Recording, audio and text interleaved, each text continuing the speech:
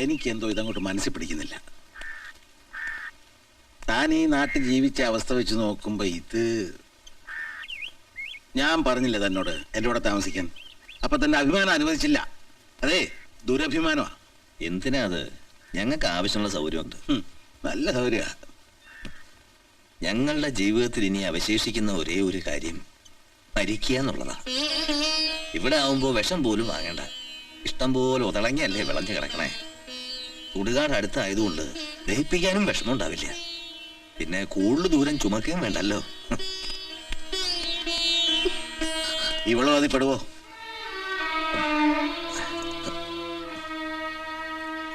എടോ, ജീവിച്ചിരിക്കുന്നവർ ഒരിക്കൽ മരിക്കും. പക്ഷെ മരിക്കാൻ വേണ്ടി ജീവിക്കണം. മുളകത്ത് വയ്ക്കോ.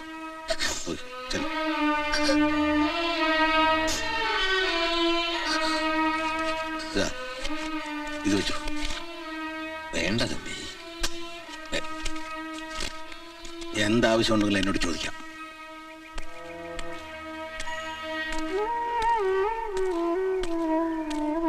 തമ്പി,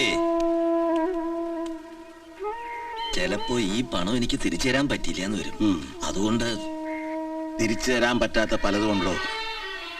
ഭാര്യയും അമ്മായിയച്ഛനും അമ്മായിയമ്മയും എന്നെ പ്രതികൂട്ടി കയറ്റിയപ്പോ താനേ ഉണ്ടായിരുന്നുള്ളൂ കൂട്ടിന്.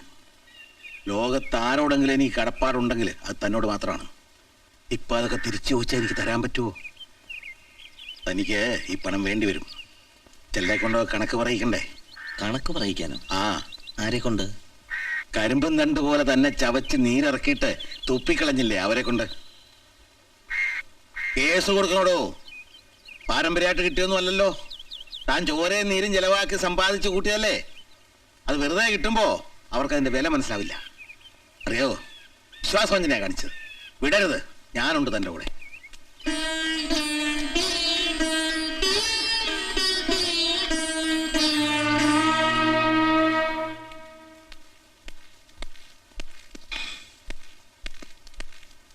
അങ്ങോട്ട് കൊടുക്ക.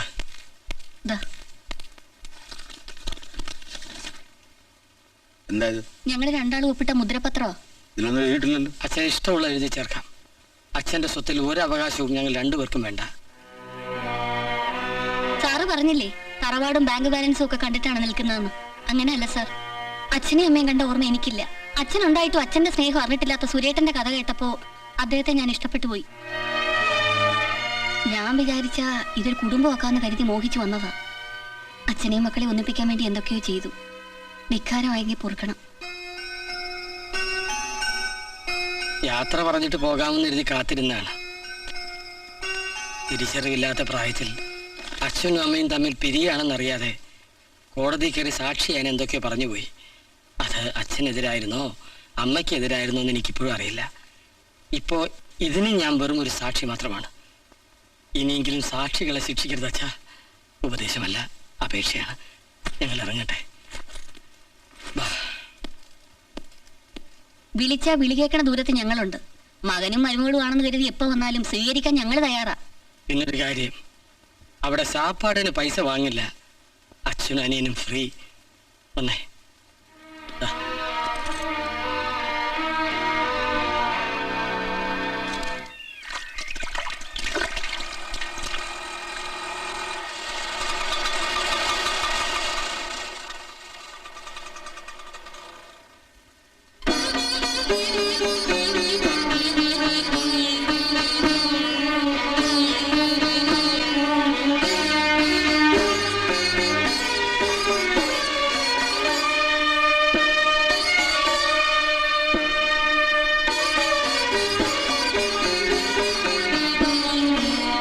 ക്ഷമിക്കണം. അച്ഛനെ അമ്മയും ബുദ്ധിമുട്ടിക്കാതിരിക്കാൻ വേറൊരു വഴിയും കണ്ടില്ല. പക്ഷെ താലി കെട്ടും മുമ്പേ ഒരു കാര്യം ഞാൻ രാജേട്ടനോട് പറഞ്ഞിട്ടുണ്ട്. കഞ്ഞിയായാലും ചോറായാലും കഴിക്കണേ പാതി എന്റെ അച്ഛനും അമ്മയ്ക്കും കൊടുക്കണമെന്ന്. അങ്കിളെ, പെട്ടെന്നൊരു തീരുമാനം എടുത്തതിൽ പൊറുക്കണം. സഹതാപം കൊണ്ട് ത്യാഗം ചെയ്തൊന്നുമല്ല, ജാതി ഇഷ്ടമായോണ്ട് തന്നെ. ഒരു ജോലി ശരിയായിട്ടുണ്ട്, കൽക്കട്ടയില. അടുത്ത ആഴ്ച പോണം. അവിടെ ഉള്ള സൗകര്യത്തില് നമുക്കൊരുമിച്ച്. വേണ്ട മക്കളെ, ഞങ്ങളുടെ മനസ്സിലെ ഒരു വലിയ തീയാ നീ കെടുത്തിയത്. അത് തന്നെ ഒരു വലിയ കാര്യമല്ലേ? സന്തോഷമേ ഉള്ളൂ. പക്ഷേ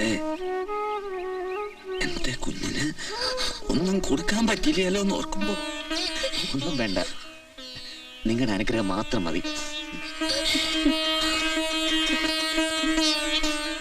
നന്നായി വരും, നന്നായി വരും.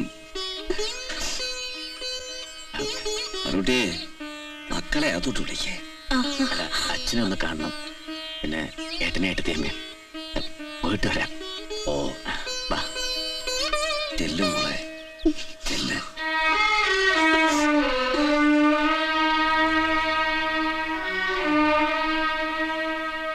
കേറ്.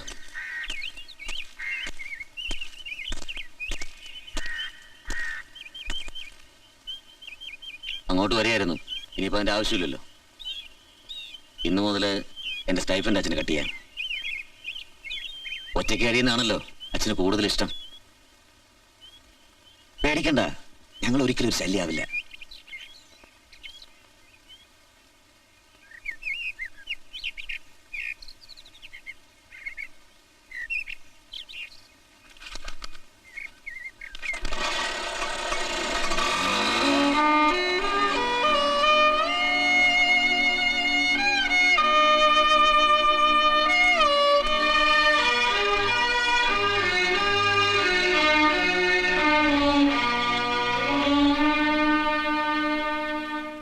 അയ്യോ, സ്വല്പം ഒന്ന് ഔട്ട് ഓഫ് ഫോക്കസ് ആയി. ദാ, നോക്കിക്കോ, ഈ കളി ഞങ്ങൾ തന്നെ. ഉന്നം തെറ്റിക്കല സ്വയം ഇത് നമ്മുടെ അഭിമാനത്തിന്റെ പ്രശ്നമാണ്. ക്വീനെ അടിച്ച് വീഴ്ത്തില്ലെങ്കിൽ നമ്മൾ ഇതുവരെ കളിച്ച കളി വേസ്റ്റ് നെഗറ്റീവ്. പോയി.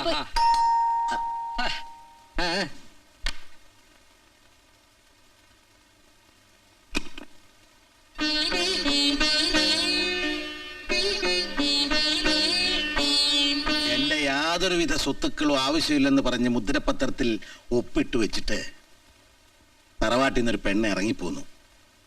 അവിടെ ഭർത്താവിനെയും കൂട്ടി. അവൾ ഒപ്പിട്ടതിന് മുകളിൽ എഴുതിയിരിക്കുന്ന പേര് സ്വയംപ്രഭ സുരേന്ദ്രൻ എന്നാണ്. അതില് സ്വയംപ്രഭ മാത്രമേ അവൾക്ക് സ്വന്തമായിട്ടുള്ളൂ. ബാക്കിയുള്ള സുരേന്ദ്രൻ എന്റെ സ്വത്താണ്, എന്റെ മകനാണ്, എന്റെ രക്തമാണ്. എന്റെ സ്വത്തുക്കളൊന്നും വേണ്ടെന്ന് പറഞ്ഞവള് എന്റെ സ്വത്തായ മകനെയും വേണ്ടെന്ന് പറഞ്ഞ് ഇതിലെഴുതി ഒപ്പിട്ട് തരാൻ തയ്യാറാണോ? അച്ഛാ, അവള് പറയട്ടെ. സ്വയംപ്രഭ സുരേന്ദ്രനായി തറവാട്ടിലേക്ക് വലതുകാലെടുത്ത് വെച്ച് അനുഗ്രഹം വാങ്ങാൻ വന്നപ്പോ സാറ് പറഞ്ഞു അച്ഛൻ, അമ്മ, മക്കള്, ഭാര്യ ഈ വക സ്വന്തം ബന്ധങ്ങളൊന്നും ഇല്ലാന്ന്. ഇപ്പൊ പറയണു സുരേട്ടൻ സാറിന്റെ മകനാണെന്ന്. സാർ ഇപ്പൊ പറഞ്ഞത് ആത്മാർത്ഥമായിട്ടാണെങ്കിൽ സ്നേഹം എന്തെന്ന് അറിഞ്ഞിട്ടില്ലാത്ത സുരേട്ടനും എന്റെ അനിയനും ഒരു അച്ഛന്റെ സ്നേഹം തിരിച്ചു കിട്ടുമെങ്കിൽ സുരേട്ടന്റെ ഭാര്യ എന്നുള്ള സ്ഥാനം ഒഴിയാൻ ഞാൻ തയ്യാറാണ്. ആ മുദ്രപത്രം ഇങ്ങ് തരൂ.